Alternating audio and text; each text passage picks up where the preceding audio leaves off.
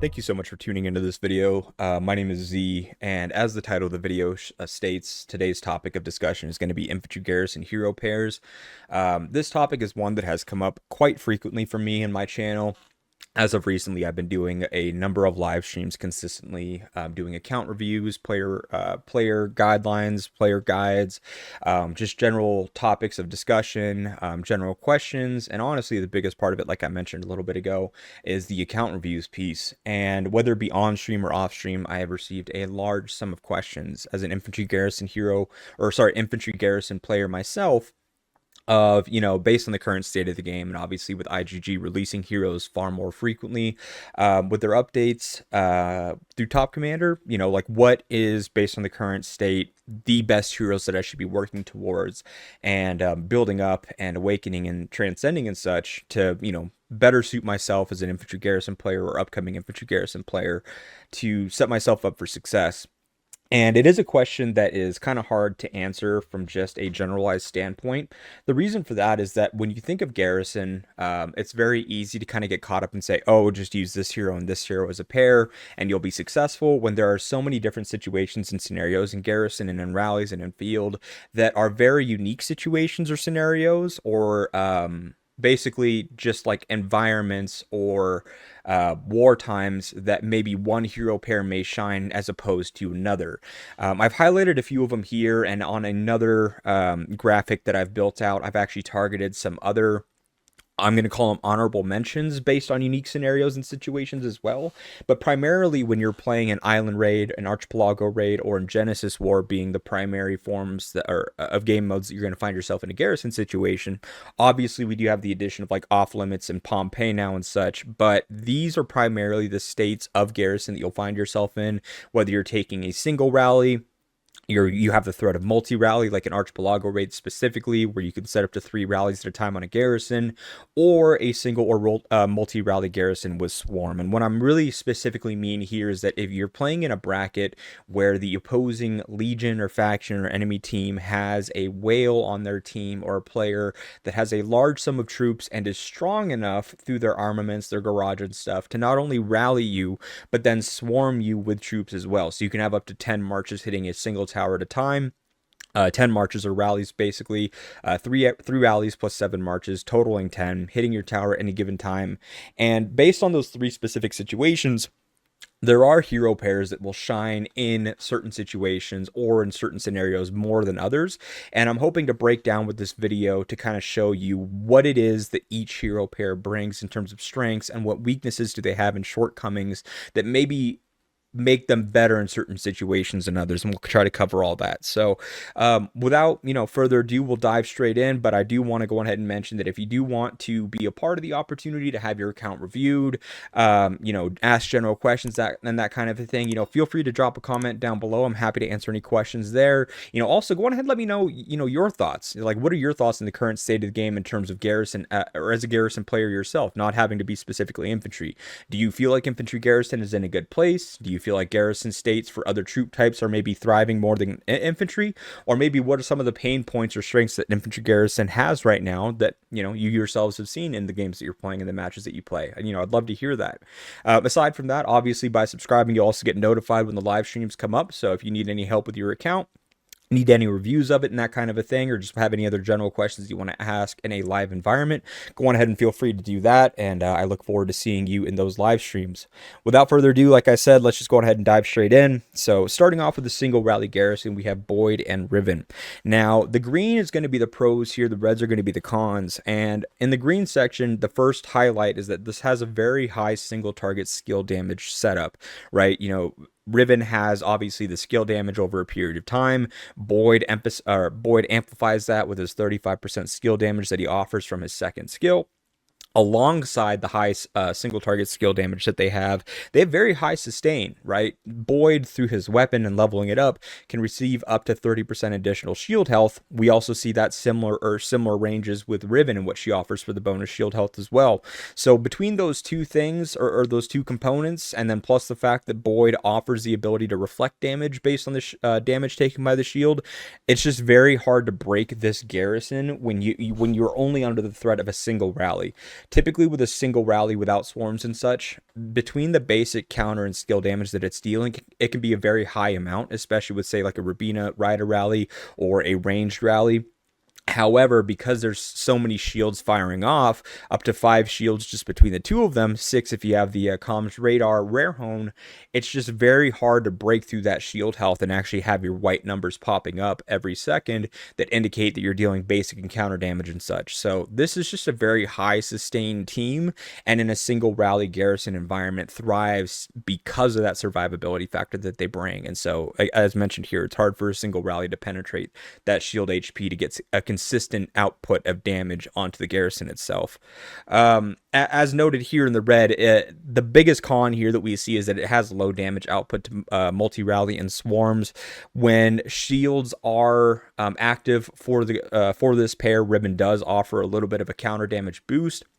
However, with a lack of AoE skill damage and counter damage not dealing nearly as much damage and generating as many kills as skill damage, it just does not thrive very well in multi-rally and in swarm-based situations. You may be able to sustain damage really well, but the lack of damage output typically makes it to where they're breaking through the shields with a large threat, and then you're just not dealing damage back to them. So that honestly is the biggest pitfall of this pair. So this usually thrives in, like, say, Island Raid or Genesis War, that kind of a thing, where you may only have one rally in the Science Hub. It starts to fall off when you're an Archipelago raid with multi-rallies, or if there's multiple rallies being set onto the Science Hub, for example. So moving on to the second pair here, we have Boyd and Ethan. Now, Ethan's skill damage is extremely high. Between his own 27% AoE skill damage boost that he has, which he does have 2 AoE skills, and Boyd's 35% skill damage boost, you're just able to take that damage that you are doing either single target through Boyd, but especially the multi-target threat from Ethan, and just amplify it, just to a level that basically you were shredding marches and you were shredding rallies that hit you on this garrison that you're running, basically. So it does also offer great survivability through Boyd's 3 shields and Ethan's 17% skill damage reduction plus 45% squad defense. However, noting that the 45% squad defense starts off as range squad defense, and it requires actually transcending the force skill to move that to a generalized squad defense, which other troop types like infantry and rider can then take advantage of. This is great for fighting under garrison as well, to help damage and control field through Ethan's AoE damage. So if you find yourself struggling, say in a 1v1 situation in Island Raid, or in a AR situation where there are so many players running about, if you find yourself struggling to have field control while in the garrison situation, the AoE threat that Ethan does offer does typically make it much easier to be able to refill the garrison and, have troops around that tower itself, because rather than having your enemy just surround your tower with troops and make it very hard to refill the tower unless you're base hopping, you can now, have that threat of AoE, which typically keeps that area around the tower clear, because they don't want to get hit and be taking deaths and such. So the biggest con here, and this is one con that you're going to see quite a bit, and honestly the most common con throughout the rest of the video, is that it is an expensive pair. The reason for that is that both Boyd and Ethan are TC heroes, and specifically they're the heroes that requires you to utilize and play the Splendid Steel side of things to generate the cores and unlock the transcendence of the skills that they have. And a lot of the skills that especially like Ethan has, for example, his forge skill, you're not actually able to capitalize and utilize those skills, to its full potential and really benefit the garrison unless you are actually doing the splendid steel and transcending those skills themselves. So in this case, it requires cores to unlock, like I mentioned, the not only the full potential, but really the usability at that point of Ethan and an infantry garrison. Moving on to the multi-rally garrison side of things, this is where things start to switch up a little bit again, where Riven falls off not having that multi-rally threat. This is where someone like Stella actually thrives. So a Boyd Stella in this case has very high attack percentage stats from both heroes. The high attack scales for high counter and skill damage, and 4 shields between both heroes when they're fully transcended and awakened and everything provides up to a 40% basic attack reduction from Stella's War Wheel stacks, which then causes those shields that are generated to last much longer. So instead of those shields dying in maybe 2 or 3 seconds, it may take 4 or 5 instead. instead, because the basic attack damage that they're consistently doing is nullified by such a large amount when those war wheel stacks are generating fast.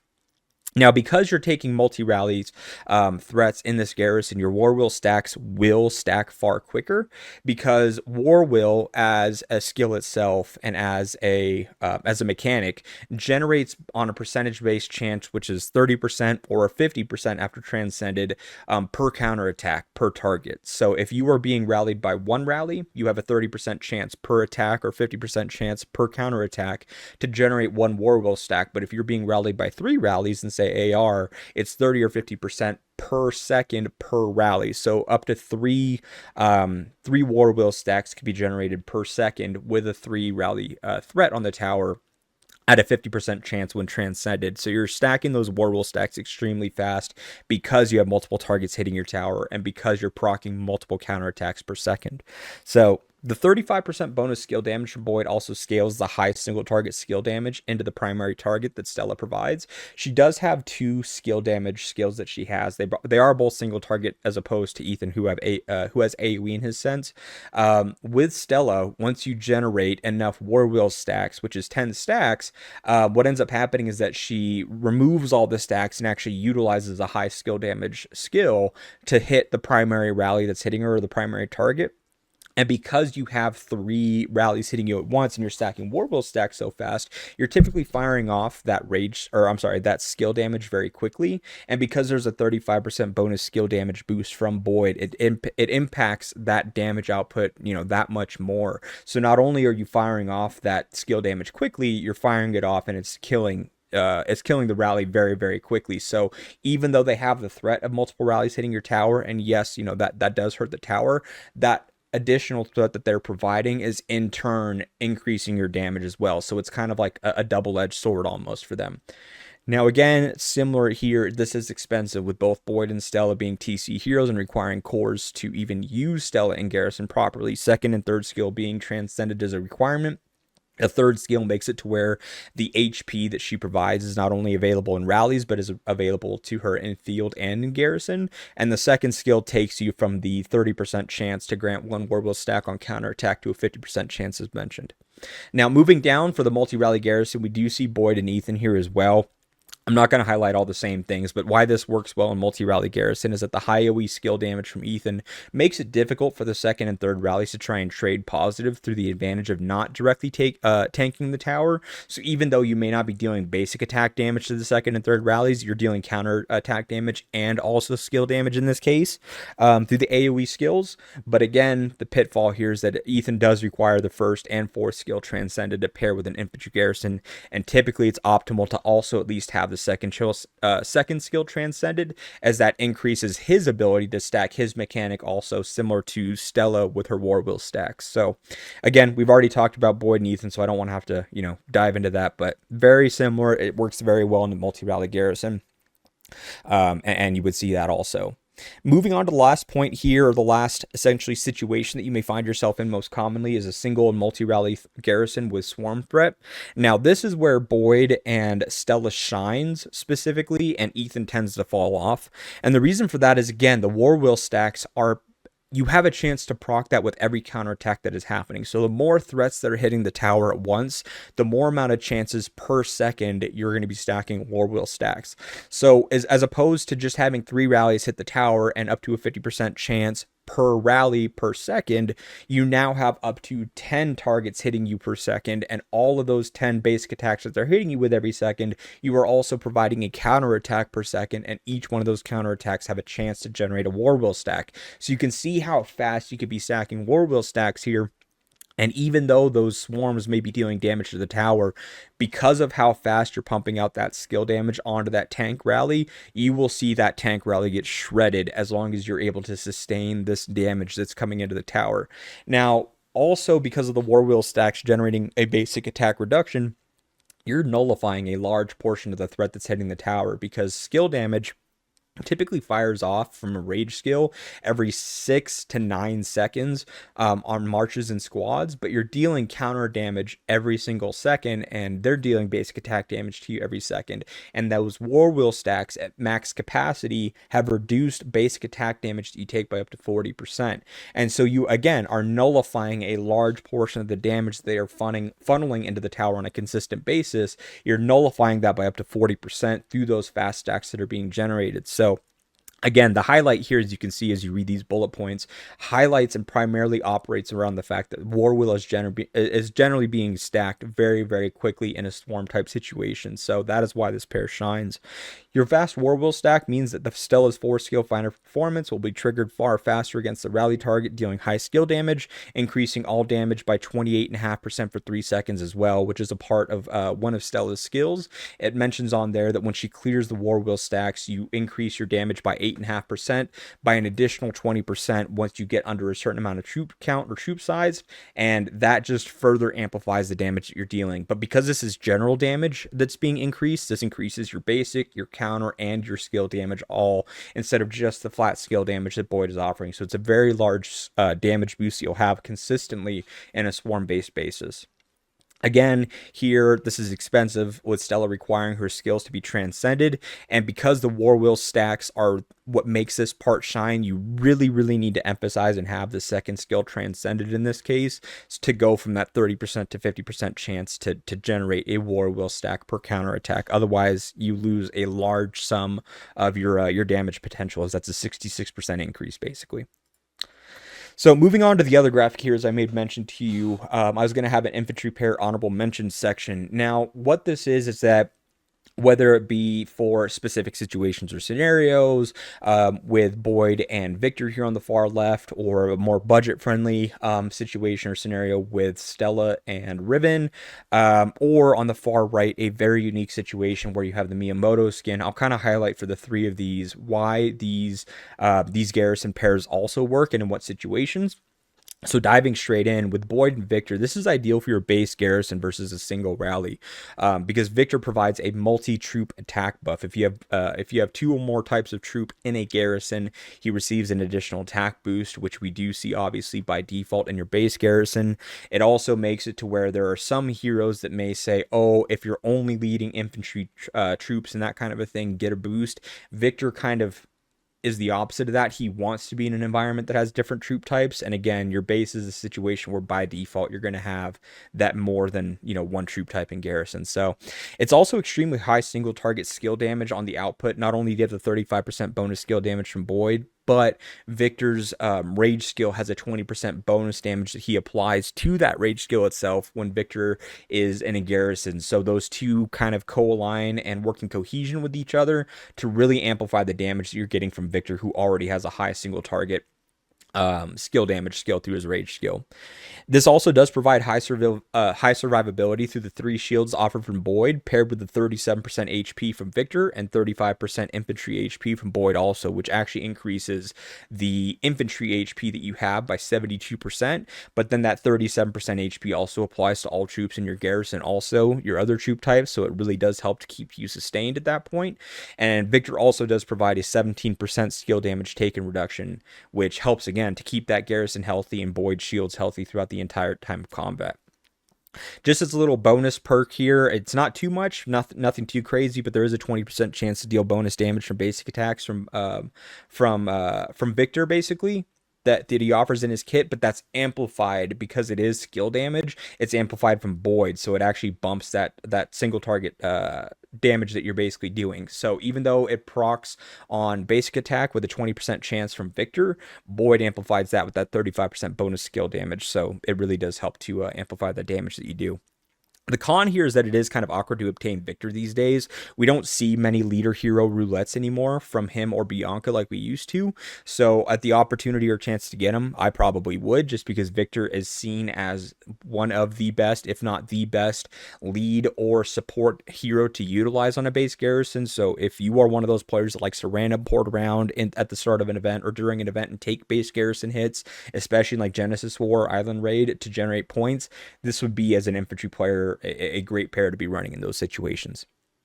Moving on to the second middle section here, again, the Stella Riven is known as kind of the budget-friendly pair when compared to trying to compete for Boyd plus Stella. Now, obviously, like the Boyd Riven or whatever have you is great for the single target, but Stella Riven can excel in both single target and multi-rally, and be, again, that budget-friendlier side, because you don't need nearly as many cores to be able to utilize Stella in the Garrison side of things and have her thrive and see this shine. And then also where Riven is not, or I'm sorry, where Riven is a roulette hero, it's much easier to get her cores, much cheaper, that kind of, or her, not her cores, but her fragments, and get her awakened, and you don't need to get cores to actually utilize her. So again, for a generalized Infantry Garrison player, this is a great pair to still go for. And prior to Boyd coming out, this was the actual infantry pair that was really meta and was really shining for infantry, and still holds true to this day that it can perform very well. Riven offers the shields, obviously, so it has great survivability from Riven's stats, plus the shield side of things. It's great for multi-rally, very high counter damage for both of them. They both offer counter damage, or flat counter damage buffs and boosts, but they also offer high attack stats. So between the raw counter damage that you're dealing, plus the skill damage and everything, plus the shields, it just makes for a great generalized pair together that we saw for a long time before Boyd came out. Now, the cons here is that it does require Stella to have her third skill transcended for HP in Garrison, and then the second skill transcended is a huge damage boost, as we mentioned, for the War Will stacks. So it does still have like a requirement to it, but again, you don't need to have Stella's full kit transcended in order to have it work well in Garrison. You only need to have those two skills, and unlike having Boyd also here, you don't need to worry about getting additional cores. So that's kind of where we see this more as like the budget-friendly Infantry Garrison that can still shine these days. Now, the last one here is something that I actually personally don't use, and it's simply because I never took advantage of getting Miyamoto's skin. I'm still kind of kicking myself for that, and I do want to get Miyamoto's skin the next time that it's available. However, for myself, I was focusing on other parts of the account, and I wasn't really using Miyamoto too much, so I never opted to get it, unfortunately. But I do have lots of friends in Apex that have utilized this hero pair here between Boyd and Miyamoto with the skin, and I've seen it do really, really well in situations basically where it's like a single target garrison, or even multi-rally garrison. I've seen it do well, but I think the multi-rally threat side of things is more based on your matchup itself. So you would have to kind of be in a position where you're the stronger team, or you have the stronger armament garage, be set in that kind of a thing, fighting someone weaker. But in single target garrisons, I've seen it excel generally really, really well, as there's a few pieces here that actually work, and we'll kind of talk about that. So for one, the AoE from Miyamoto helps to keep the field controlled by the tower, and scales with Boyd's 35% bonus skill damage, plus the bonus 15% infantry damage, plus the 10% infantry damage that you get from Boyd also. So there's a lot of damage that goes into that AoE itself, and it makes it to where Miyamoto has high skill damage. As mentioned here in the third bullet point, it has very high attack and damage as a pair. You get 45% attack from Miyamoto, 55% or up to 55% from Boyd, with 5% stacking 6 times from his weapon, 25% bonus infantry damage from both Boyd's weapon giving 10%, and the Miyamoto skin giving a flat 15%, and the 35% skill damage from Boyd and Garrison as well. So there is just so much attack and raw damage coming into this pair here that you see that damage output excel in these single target garrisons. Now, the reason why the single target garrison also works well in this case is that there's a few pieces in Miyamoto's kit that sometimes gets overlooked, but there's a 30% HP cut for 3 seconds that Miyamoto offers on a counterattack chance, along with a 28% skill damage taken reduction for 3 seconds as well. So that skill damage reduction is going to make it to where those shields last longer. You just in general take less damage in the garrison, but that 30% HP cut. Now imagine if you play, like if you've played an MMO or an RPG or any other type of game like Dynasty Warriors back in the day, you could be playing Elden Ring or any of these other games that have HP bars. If you've played those games, your HP bar, grows and grows and grows as your HP gets larger. Obviously, when that HP bar hits 0, you're dead. Now imagine that each troop type that's hitting you has an HP bar of their own.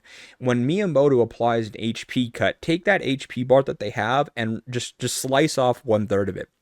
Now, all of a sudden, it only takes 2/3 of what it used to take that HP bar, empty it, and kill or heavily wound one troop that's hitting you, basically, or the troops that are hitting you, basically. That's essentially what an HP cut is that you're reducing the amount of damage that it takes to heavily wound or permanently kill a troop that is hitting you in garrison. And so that HP cut comes in very, very handy in this case, especially when paired with the high damage, to see a large amount of enemy troops get heavily wounded or killed in this case. Now, the con here, again, is this is very expensive. This requires Boyd to have fully transcended weapon to shine through the full damage kit potential for the flat 10% damage, the 30% shield health bonus, the 5% attack bonus stacking 6 times, that kind of a thing. It really requires the full kit to shine here and get those bonus stats. While on the flip side of things, you also need to have the Miyamoto skin here. Now, not only do the flat buffs and stats and such of Miyamoto get buffed with the skin, but one thing that also happens is that you actually take his AoE skill, his rage skill, and it turns from a fan shape to a semicircle. So this is how you make it to where you're hitting far more troops in the field, or on a multi-rally threat, hitting multiple rallies at once instead of maybe just 1 or 2. It's taking that shape and widening the angle that it basically provides that damage. And so really, unless you have the Miyamoto skin, that's at that point like when you can utilize and try this. If you don't have the Miyamoto skin, I wouldn't recommend that you try to run this pair. Now, I know that we've gone over a lot of information, and there's a lot of information covered in this video and such. And again, as you can see with Infantry Garrison, it may not be as straightforward as, say, for riders, where you can run like a Chasey Felix or a Chasey Ethan for the AoE and such. There's definitely a lot more variety and options with the infantry side of things.